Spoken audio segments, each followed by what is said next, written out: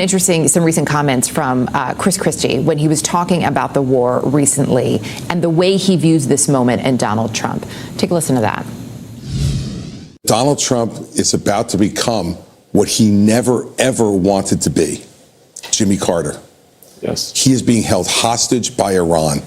They are holding the Strait of Hormuz. The Trump administration is overhauling its strategy in the war with Iran. Again, instead of trying to wipe out Iran's military, the new goal is to crush their economy. That's something the president is now branding economic D-Day. Treasury Secretary Scott Bessent says the U.S. is reaching out to all of its allies to put together the greatest coordinated economic isolation in the history of the world.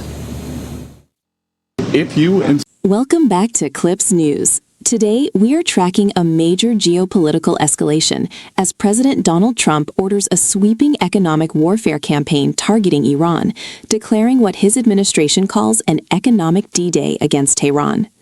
Backed by Treasury Secretary Scott Bessent, the White House is aiming to cripple Iranian oil exports and enforce maximum pressure to cut off funding for regional proxy groups. However, this aggressive economic posture is triggering sharp pushback from both domestic critics and foreign superpowers. From Chris Christie's blistering critique of Trump's foreign policy to warnings from Beijing about secondary sanctions, we break down the high-stakes political debate, global economic fallout, and legislative defense surrounding this new strategy. Let's jump right into the coverage. The Trump administration is overhauling its strategy in the war with Iran. Again, instead of trying to wipe out Iran's military, the new goal is to crush their economy. That's something the president is now branding economic D-Day. Treasury Secretary Scott Bessent says the U.S. is reaching out to all of its allies to put together the greatest coordinated economic isolation in the history of the world. If you insist on doing business with them, either transferring money, buying their oil, doing seaborne ship transfers, then the U.S. Treasury and the U.S. government, they will put its full might and force toward enforcing against you. So the U.S. is also imposing new sanctions against Hezbollah and designating the Lebanese militant group as an Iranian proxy. Joining me now, Edward Fishman, former diplomat and international relations scholar. He's the author of the book. In this opening segment, the administration lays down an aggressive marker in international relations by announcing a full-scale economic crusade against the Iranian regime. By framing this strategy as an economic D-Day, the White House signals an intent to go far beyond routine diplomatic pressure, targeting the primary financial lifelines that keep Tehran's government afloat.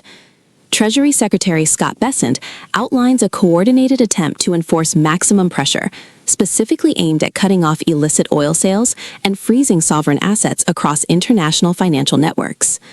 This opening phase sets a dramatic tone for the entire broadcast because it moves global trade policies into direct economic confrontation. The commentary highlights that forcing secondary sanctions on nations buying Iranian crude isn't just about targeting Tehran.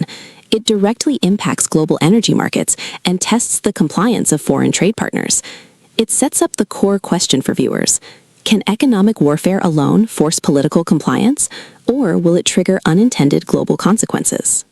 I found interesting some recent comments from Chris Christie when he was talking about the war recently and the way he views this moment in Donald Trump. Take a listen to that. Donald Trump is about to become what he never, ever wanted to be, Jimmy Carter. Yes. He is being held hostage by Iran. They are holding the Strait of Hormuz hostage. As a result, they're holding the world economy hostage. And it's focused at Donald Trump. And I know from talking to him over the last 24 years, the one person he would never want to be is Jimmy Carter. I talked to him about Jimmy Carter, right? too. And so, and here we are, and it was all voluntary. Right, to the point of Iran watching how all of this is playing out here, that is very much a focus, right, to see how things are playing at home and to understand what it would be like to have that Jimmy Carter moment or to be in the midst of it right now. Is Iran fully exploiting that? What more do you think could come? Oh, certainly. I mean, I think the Iranians have understood now since March, right, since the very beginning of the war, that their control of the Strait of Hormuz, the world's most important energy choke point, gives them a huge amount of leverage over the United States. Because remember, in any sort of economic standoff, what matters isn't so much who inflicts more damage on the other side's GDP. What matters is which side has the capacity to withstand whatever pressure they're under. And I think the Iranians have assessed that even though their economy is certainly suffering much more from a sort of quantitative standpoint than the United States, that America's tolerance for economic pain is a lot lower than theirs is. And I think that's just going to be Iran's strategy moving forward. Edward Fishman, really appreciate your time and your viewpoint this morning. Thank you. Moving into our second segment, the narrative shifts from official administration policy to intense political conflict as former Governor Chris Christie delivers a scathing assessment of Donald Trump's approach to Iran. Christie argues that despite the aggressive rhetoric coming out of the White House, the president is effectively being held hostage by Tehran's strategic maneuvering and proxy networks across the Middle East. By challenging Trump's core image as a dominant negotiator, Christie attacks the foundation of the administration's foreign policy credibility. This section represents the most explosive political commentary in the broadcast. The debate centers on whether economic sanctions actually project strength or simply reveal a lack of effective diplomatic and military leverage. For our audience, this segment drives massive engagement because it exposes the sharp divides within conservative foreign policy circles, pitting traditional hawkish realism against the current administration's economic first doctrine. Spokesperson for Beijing's foreign ministry said, quote, sanctions and pressure tactics are not the solution. That's vis-a-vis Iran.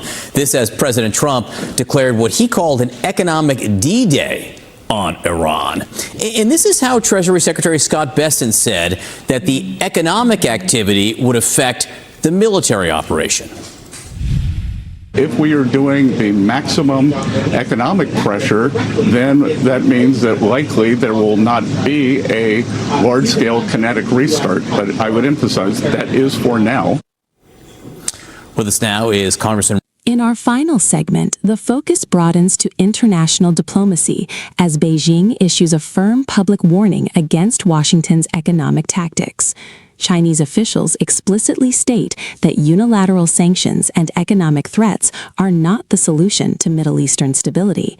Because China remains a major purchaser of Iranian energy, secondary sanctions aimed at enforcement put Washington and Beijing on a direct collision course over international trade and energy security. This international backlash underscores the complex web of global diplomacy, where targeting one nation instantly creates friction with another global superpower. Representative Rich McCormick and other lawmakers are forced to defend how the U.S. will handle pushback from Beijing without triggering broader trade disputes. It is a striking look at how localized economic warfare can quickly ripple across global supply chains. If you found this breakdown valuable, make sure to like the video and subscribe to CLPS News for daily political and economic analysis.